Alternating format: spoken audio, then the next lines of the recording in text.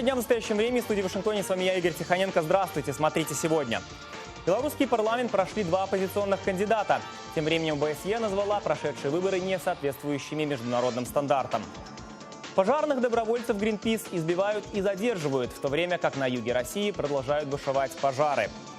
И Америка вспоминает события 11 сентября 2001 года. Джихадисты грозят новыми терактами. Обзор новостей начнут коллеги в Праге. Я передаю слово Сергею Дорофееву. Сергей, пожалуйста. Да, Игорь, события дня в настоящем времени. Здравствуйте. В Беларуси выбрали новый парламент 6-го созыва. Впервые за 12 лет в нем будет представлена оппозиция. Смогли пройти два альтернативных оппозиционных кандидата. Ну, собственно, обо всем по порядку. В буфетах осетрина, поросята, яблоки в вазах для цветов. И все это на фоне играющих баянистов. Как только не зазывали избиратели к урнам, в итоге, по официальной информации, пришло около 75%. Однако в социальных сетях десятки фотографий полупустых участков. В Минске явка была не самой большой. И в связи с этим глава белорусского ЦИК Лидия Ермошина назвала минчан балованными. В Палате представителей Национального собрания, это нижняя палата парламента, будет представлено 5 партий: либерально-демократическая, патриотическая, партия труда и справедливости и коммунистическая. Все они, как и самовыдвиженцы, так или иначе поддерживают действующую власть. Что же касается альтернативных депутатов, один кандидат прошел от оппозиционной объединенной гражданской партии, второй от общественного объединения «Товарищество белорусского языка». Смогут ли два оппозиционера, а всего в Палате 110 депутатов, изменить белорусский парламентаризм? Мы спросили у минчан. Всего 2 человека от оппозиции. Я не считаю это победой, потому что они не сами прошли, их просто пропустили. Ну, было бы там хотя бы человек 20, может, что-то изменилось бы. А что 2 человека? Я думаю, ничего вообще не изменится. Почему вы так думаете? А там что депутаты делают? Как показывают независимые сайты, что выборов как бы особых и не было у нас. Явка была меньше 50%, поэтому... В Центризбиркоме заявляют, состав нового парламента адекватен, в смысле соответствует обществу. По словам Александра Лукашенко, выборы прошли спокойно. Независимые же наблюдатели и активисты, однако, рассказывают о случаях вброса бюллетеней и каруселях. ЦИК традиционно обещает рассмотреть все жалобы. Так, на участке номер 425 в Минске член комиссии Едвига Угольник в качестве протеста сдала свое удостоверение и покинула этот участок. По ее подсчетам, досрочно пришли голосовать 279 избирателей, тогда как в протокол внесли 568 фамилий. В итоге председатель комиссии, директор школы Инна Богдан в отношении Едвиги Угольник позволила себе оскорбительный тон. Ну, пусть она докажет. Так, а мы можем пересчитать? Но если она сидит ничего не понимающая баба, извините меня. Да вы что, такой фальсификатор, самое главное. Так уж в 100 раз больше людей появилось. Как сообщают наши корреспонденты в Минске, председатель удалила журналистов и кандидата в депутаты по этому участку Ольгу Ковалькову, которая пыталась инициировать пересчет голосов. Объясните мне, кто такие журналисты? Выдали бюллетени, чем у вас расписалось Кто такие журналисты? Объясните мне. Давайте, разворачивайтесь, вы мешаете работать всей комиссии.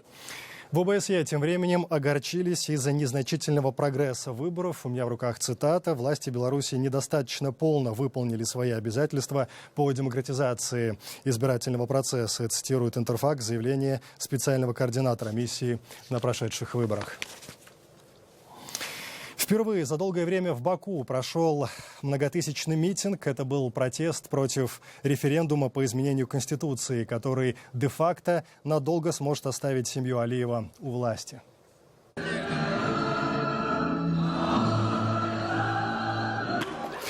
26 сентября жители Азербайджана спросят, что они думают по поводу отмены возрастного ограничения для кандидатов в президенты и увеличения срока президентских полномочий с 5 до 7 лет.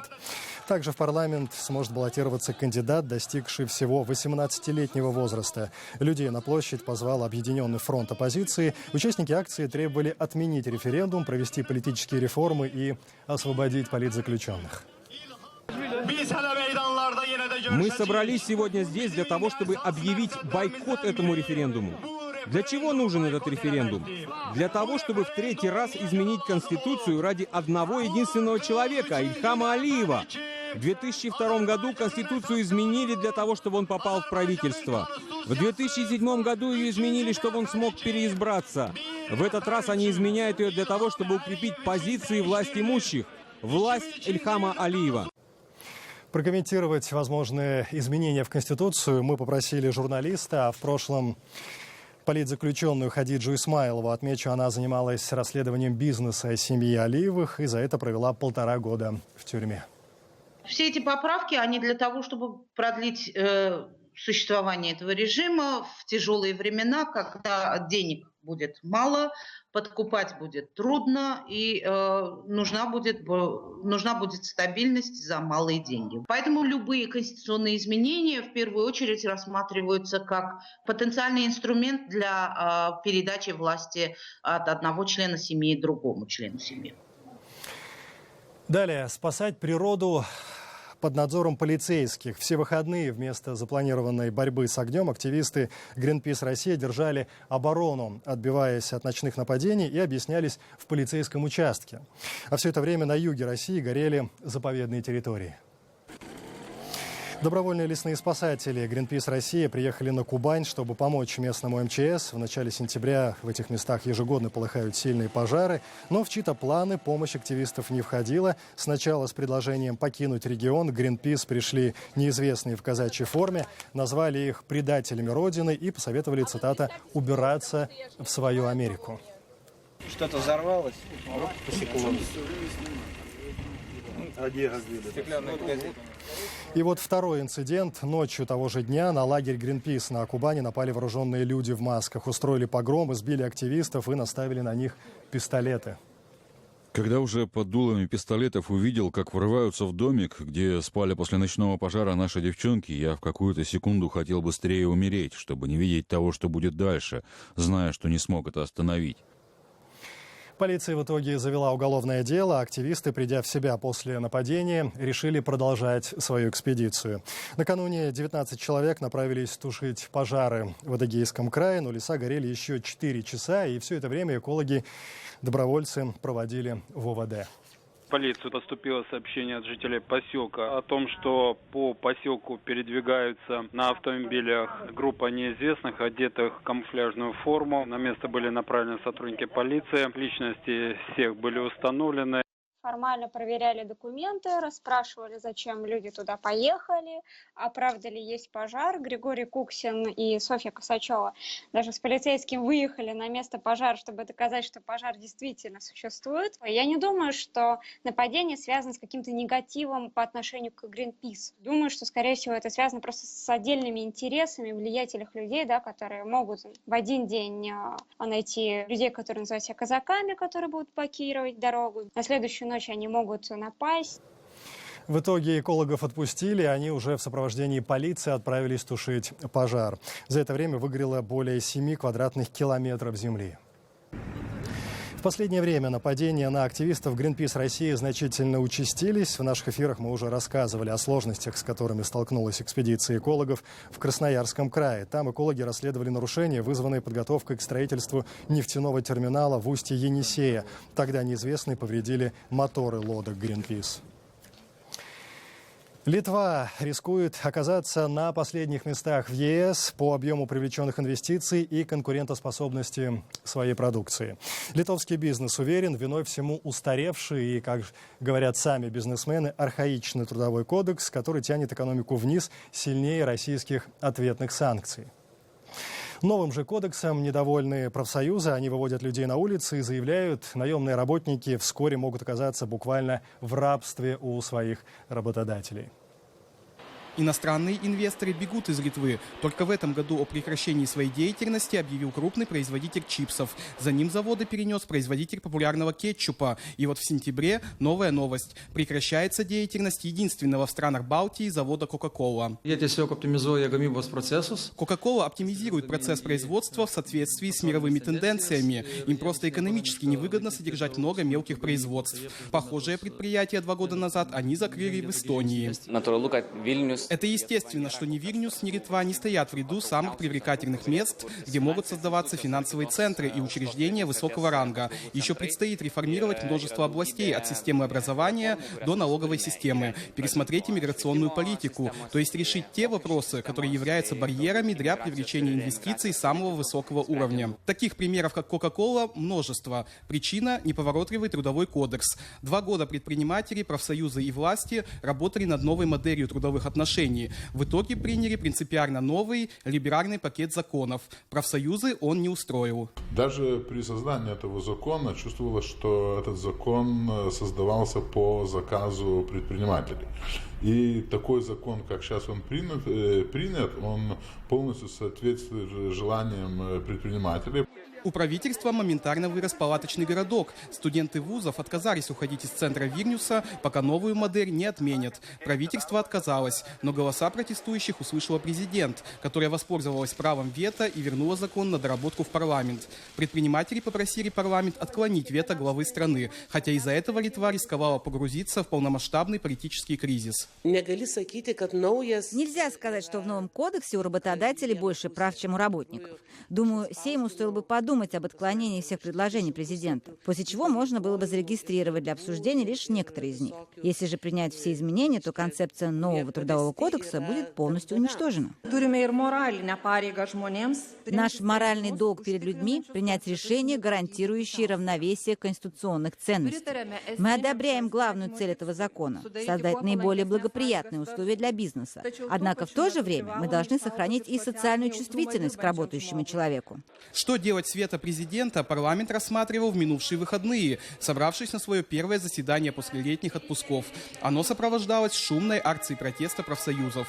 В итоге депутаты решили не преодолевать вето президента, но принципиально договорились принять новую редакцию Трудового кодекса за сентябрь, до парламентских выборов 9 октября. А значит, не исключает в самой Литве, новая система трудовых отношений может окончательно превратиться в заложника предвыборной кампании.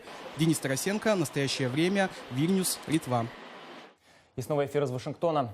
Соединенные Штаты отметили 15-ю годовщину терактов 11 сентября. В тот день террористы Аль-Каиды захватили 4 самолета и направили их на башни Всемирного торгового центра в Нью-Йорке и здание Пентагона под Вашингтоном. Один из самолетов разбился в Пенсильвании. Президент Обама принял участие в минуте молчания, объявленной в Белом доме в 8:46 утра, когда первый из захваченных самолетов врезался в здание Всемирного торгового центра. Позднее он выступил на памятной церемонии в Пентагоне. 15 years may seem like a long time, but for the families who lost a piece of their heart. 15 лет могут показаться большим периодом времени. Однако для семей, которые потеряли в тот день частичку своего сердца, я думаю, это все еще ощущается, как будто бы было вчера. Возможно, это память о последнем поцелуе жены или мужа, последнем слове «пока», сказанном матери, отцу или сестре с братом. Мы задумаемся о том, как бы сложились их жизни, как осуществились бы их мечты. И я прекрасно понимаю, что бы мы сегодня ни сказали и не сделали, не сможет до конца облегчить боль, связанную с этой потерей. Теракты 11 сентября 2001 года во всем мире ассоциируются главным образом с разрушением одного из символов Америки – башен-близнецов Всемирного торгового центра в Нью-Йорке. В 15-ю годовщину тех страшных событий город почтил память почти 3000 погибших тогда человек. Репортаж Виктории Купчинецкой. Памятная церемония в Нью-Йорке началась так, как начиналась последние 15 лет. Ровно в 8 часов 46 минут сотни людей молча склонили головы, вспоминая, как первый захваченный террористами самолет врезался в северную башню Всемирного торгового центра. Этот момент навсегда изменил их жизни. Затем родственники зачитывали имена погибших и вспоминали тех, кого потеряли. Стивен Эллиот Белсон, Пол М. Бенедетти. Джанис и Чак Хайзелкорн потеряли своего 29-летнего сына Скотта, который работал во Всемирном торговом центре на 105-м этаже. Его останки так и не были найдены. Джанис и Чак говорят, что с годами их горе не становится меньше. Нет, это все такая же потеря. Мы ее также ощущаем, как 15 лет назад. Когда убили Бен Ладена, нас спрашивали: теперь вы ощущаете успокоение? Нет, не ощущаем. Мы потеряли ребенка, мы никогда не почувствуем успокоения. Мы скорбим по нему каждый день, думаем о нем каждый день. В этот день к мемориалу в Нижнем Манхэттене пришли тысячи людей. Люди приносили цветы, читали высеченные на камне имена погибших, оставляли белые ленточки с пожеланиями мирной жизни и молитвами. Мэр города, сенаторы, кандидаты на пост президента США пришли к мемориалу. Сразу после событий 11 сентября 2001 года родственники погибших в терактах русскоязычных иммигрантов создали группу поддержки и помогают друг другу и сегодня. Они собрали деньги на памятную доску и посадили плакучую иву в парке Южного Бруклина. Церемония памяти здесь устраивается каждый год. Феликс Ксида 15 лет назад потерял жену Людмилу. Она работала на 94-м этаже Северной башни. Я еще ничего не знал, информации такой не было. Потом я узнал, что у нее не было шансов, что она погибла сразу же, потому что самолет буквально в ее окно влетел с севера. Ирина Шахмурова 11 сентября 2001 года работала волонтером в больнице рядом с местом падения башен. Я увидела оператора, и те люди, которые были пострадавшими, я видела, что вот так вот снимали репортажи, спрашивали, задавали вопросы. И я вот сегодня увидела, правда, прошло уже какое-то время, волосы посидели, но лицо я все равно узнала. Этим оператором, которого она узнала, оказался собственный оператор русской службы «Голоса Америки» Сергей Гусев, который снимает вот этот репортаж 15 лет спустя. Сергей тогда, 11 сентября, работал на другом телеканале и снял один из самых лучших материалов с места событий. Получил за это от Американской академии телеискусств награду Эмми. Наступила катастрофа, это коллапс, это надо запечатлеть, это история, это трагедия, это... Работа у меня такая. Город не забыл тех, кто первым бросился спасать тогда людей, встал между жителями и апокалипсисом. 23 нью-йоркских полицейских погибли прямо на месте терактов 11 сентября 2001 года. Еще 99 офицеров полиции умерли позже в больницах от заболеваний, связанных с преодолением последствий терактов. 15-ю годовщину этого страшного события Нью-Йоркское полицейское управление почтило память своих павших офицеров торжественным маршем. В Нью-Йорк съехались десятки сводных оркестров, волынок и барабанов из разных городов Америки и Канады. На берегу Гудзона у мемориала, посвященного погибшим в терактах стражам порядка, были зачитаны их имена. Глава нью-йоркской полиции Билл Бреттон был в тот день в Нью-Йорке. Мы все вспоминаем, где мы были в тот день, что мы делали, когда самолет влетел в первую башню. Мы никогда не забудем тот тяжелый запах, который повис над городом. Мое самое яркое воспоминание, какой 11 сентября был красивый день, день ранней осени. Теперь каждый раз, когда я вижу ясное синее небо, я думаю о том дне.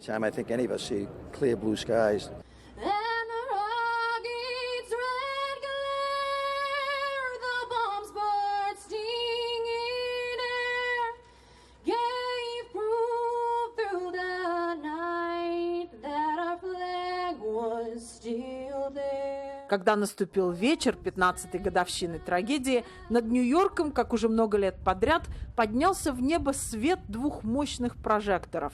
Это символическая дань светом. Как будто разрушенные башни-близнецы опять стоят в Нижнем Манхэттене. Они почти осязаемы. Их свет, уходящий в пространство, невозможно забыть. Виктория Купчинецкая, Сергей Гусев. Специально для настоящего времени. Из Нью-Йорка. Состояние здоровья кандидатов в президенты США от демократов, вероятно, вновь станет одной из тем предвыборной кампании. Хиллари Клинтон отменила предвыборные мероприятия в Калифорнии в понедельник и вторник, после того, как у нее была диагностирована пневмония. Признаки недомогания проявились у Клинтон на церемонии в память о событиях 11 сентября 2001 года в Нью-Йорке. Клинтон внезапно покинула мероприятие. При этом сесть в машину ей помогали несколько человек. Врач Клинтон позднее сообщила, что она перегрелась и была обезвожена, добавив, что ее восстановление проходит нормально. В то время как в США отмечали 15-ю годовщину терактов 11 сентября, сторонники Аль-Каиды и Исламского государства обменивались поздравительными сообщениями в социальных сетях, рассылая изображения горящего Всемирного торгового центра. На видео под заголовком «Борцы с несправедливостью», появившемся в интернете в пятницу, лидер Аль-Каиды Айман Аль-Завахири говорит, что теракты 11 сентября восстановили правильное соотношение сил между исламом и теми, кого он назвал враждебными материалистами и крестоносцами. Аль-Завахири пообещал совершить аналогичные атаки на территории США. Сотрудники американской разведки заявили, что им известно об этой видеозаписи. Тем временем в США продолжается острая дискуссия по вопросу определения баланса между частной жизнью и безопасностью. Необходимость вторжения в частную жизнь, как утверждают власти, появилась как раз-таки после терактов 11 сентября. На прошедшей в Вашингтоне конференции представители разведсообщества и эксперты в сфере защиты права на частную жизнь заявили, что абсолютная закрытость не может соответствовать интересам общества, в то время как власти пытаются бороться с киберпреступностью и терроризмом. По словам директора ФБР Джеймса Коми, он прекрасно понимает желание граждан держать свою частную жизнь в секрете. Я не хочу, чтобы кто-то рылся в моих вещах. Я не хочу, чтобы кто-то имел доступ к моей банковской и медицинской информации. Однако, как отметил Коми, он также беспокоится за общественную безопасность, обеспечение которой зачастую вступает в конфликт с вопросами невмешательства в частную жизнь граждан. Мы должны прекратить демонизировать друг друга, заявляя, что это невозможно. Мы должны перестать говорить: «Ах, так вы хотите разрушить то или это?» Мы должны признаться, если ценности, которые мы все разделяем, противоречат друг другу, то что же нам нужно делать? По словам Коми, абсолютная закрытость никогда не была частью американской жизни. Наши отцы-основатели договорились с народом. Никто не вмешивается в наши личные дела, если только у граждан США не появляется в этом необходимости. Директор Агентства национальной безопасности и глава кибернетического командования США адмирал Майкл Роджерс считает, что в этом вопросе можно достичь компромисса, если стороны этого захотят. Эта проблема носит настолько эмоциональный характер, что мы уже не ведем диалога, и мы не пытаемся обсудить возможное решение. Роджерс говорит, что переговоры на общенациональном уровне должны включать обсуждение как технических, так и политических аспектов сбора данных на простых граждан. Одно дело, что мы могли бы сделать, и это очень технический вопрос, инженерия. Каковы наши юридические ограничения? Другое дело — это то, что мы должны сделать. Я думаю, что это важнейшая часть этого диалога. Директор ЦРУ Джон Бреннан считает, что трения между вопросами безопасности и правом на частную жизнь должны быть устранены. Если мы хотим обеспечить безопасность и процветание электронной среды в будущем, особенно в свете того, что она является частной собственностью и частными же лицами управляется, то нам нужно помочь государственному и частному секторам сотрудничать друг с другом. И я думаю, что здесь, в США, мы можем об этом договориться. Двухдневный саммит прошел на днях в Вашингтоне и собрал правительственных экспертов в сфере безопасности, а также военных и представителей образовательного сообщества. Американо-российский план, выработанный в Женеве, в случае его выполнения может стать поворотным моментом в процессе достижения мира в Сирии, заявил госсекретарь США Джон Керри. Согласно договоренностям, перемирие в Сирии должно начаться на закате в понедельник с началом мусульманского праздника Курбан-Байрам. Сергей Лавров и Джон Керри согласовали пакет из 5 документов, который позволяет наладить эффективную координацию в борьбе с терроризмом, расширить гуманитарный доступ к нуждающемуся населению, прежде всего Алеппо, и укрепить режим прекращения боевых действий. Вслед за 10-дневной паузой, согласно договоренностям США и России, должны начаться совместные воздушные операции двух стран против джихадистских группировок. По словам Керри, согласованы зоны, где сирийская военная авиация летать и бомбить не будет вообще. Это является основным условием для выполнения всех последующих пунктов. Керри также подчеркнул, что все эти меры будут эффективны лишь в случае, когда все стороны будут придерживаться своих обязательств. Если группы в рядах легитимной оппозиции хотят сохранить свою легитимность, они должны всячески дистанцироваться от фронта Ан-Нусра и группировки «Исламское государство». Мы также ожидаем от России гарантий того, что сирийское правительство будет выполнять все требования, касающиеся воздушных действий и гуманитарных коридоров. Никто здесь не полагается на доверие. Здесь все строится на обеспечении надзора за соблюдением взаимных интересов. Джон Керри сообщил о возможном создании в будущем совместного с российской стороной Центра по наблюдению за выполнением договоренностей, достигнутых в Женеве. В ходе пресс-конференции после переговоров, которые продолжались более 14 часов, было очевидно, что главы внешнеполитических ведомств двух стран по-разному расставляют приоритеты. Джон Керри настаивал на необходимости прекратить бесчеловечные бомбардировки, осуществляемые сирийской авиацией, тогда как Сергей Лавров говорил о том, что именно сирийская оппозиция может стать помехой выполнению договоренностей, обвиняя оппозиционеров в угрозе гуманитарным конвоем в Алеппо. И вновь эфир из пражской студии. По всей Сирии сегодня должно было вступить в силу решение о прекращении огня, о котором на Медне договорились госсекретарь США Джон Керри и министр иностранных дел России Сергей Лавров. За несколько часов до начала перемирия по городам Идлиб, Алеппо и Дума была нанесена целая серия бомбовых ударов.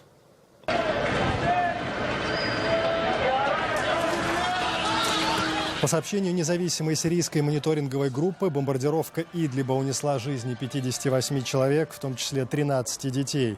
По словам свидетелей, некоторые тела были сожжены буквально до неузнаваемости. В Алеппо в результате авиаударов в минувшие выходные погибли более 30 человек.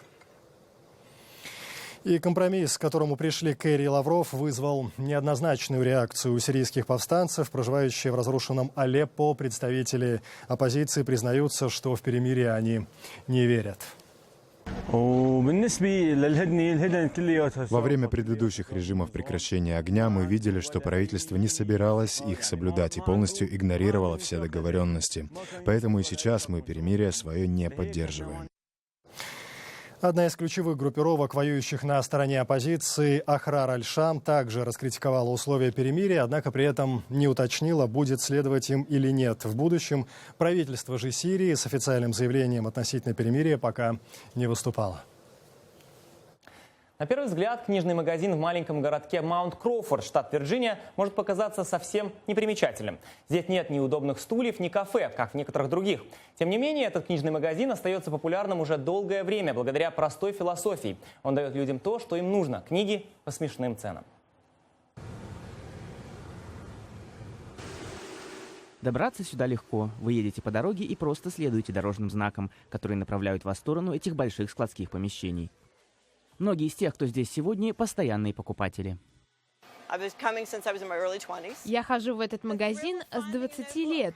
Это всегда счастье искать здесь новую книгу. Вы не можете просто прийти и сказать: «Мне нужна новая книга Николаса Спаркса». Это не тот магазин. Здесь надо искать сокровища.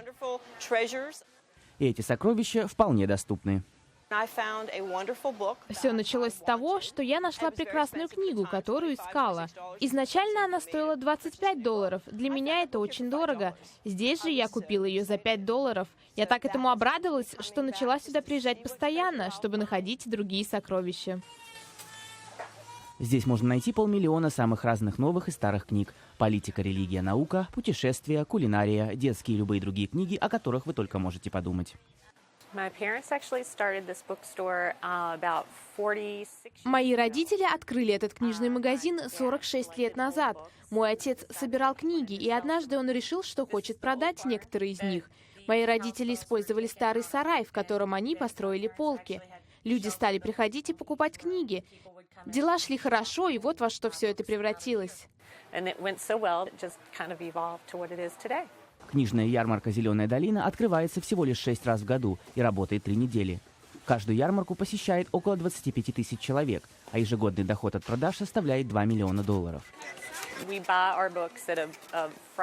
Мы покупаем наши книги по розничной цене, а затем продаем по низким ценам. Именно поэтому у нас скромное пространство без всяких излишеств.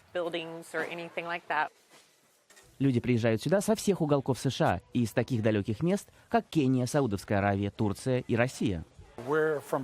Мы из города Бристоль, штат Коннектикут. В этот раз мы приехали всей семьей. Они должны были увидеть это. Поэтому мы все здесь. Здесь есть все, что нужно читающим семьям. Это простой закон бизнеса – давать людям то, что они хотят. И несмотря на все разговоры о том, что книги того и гляди исчезнут из современной жизни, успех этой ярмарки показывает, что людям по-прежнему нужна хорошая книга. Ну что ж, это все на сегодня. Спасибо, что были с нами. Я Игорь Тихоненко и команда «Настоящего времени» в Вашингтоне. Благодарим коллег в Праге. Прощаемся с вами до завтра. Сергей, всего доброго. Мы же благодарим Вашингтон, а также всех наших зрителей. Смотрите нас в социальных сетях, в эфире своих национальных телеканалов. В настоящее время Сергей Дорофеев. До свидания.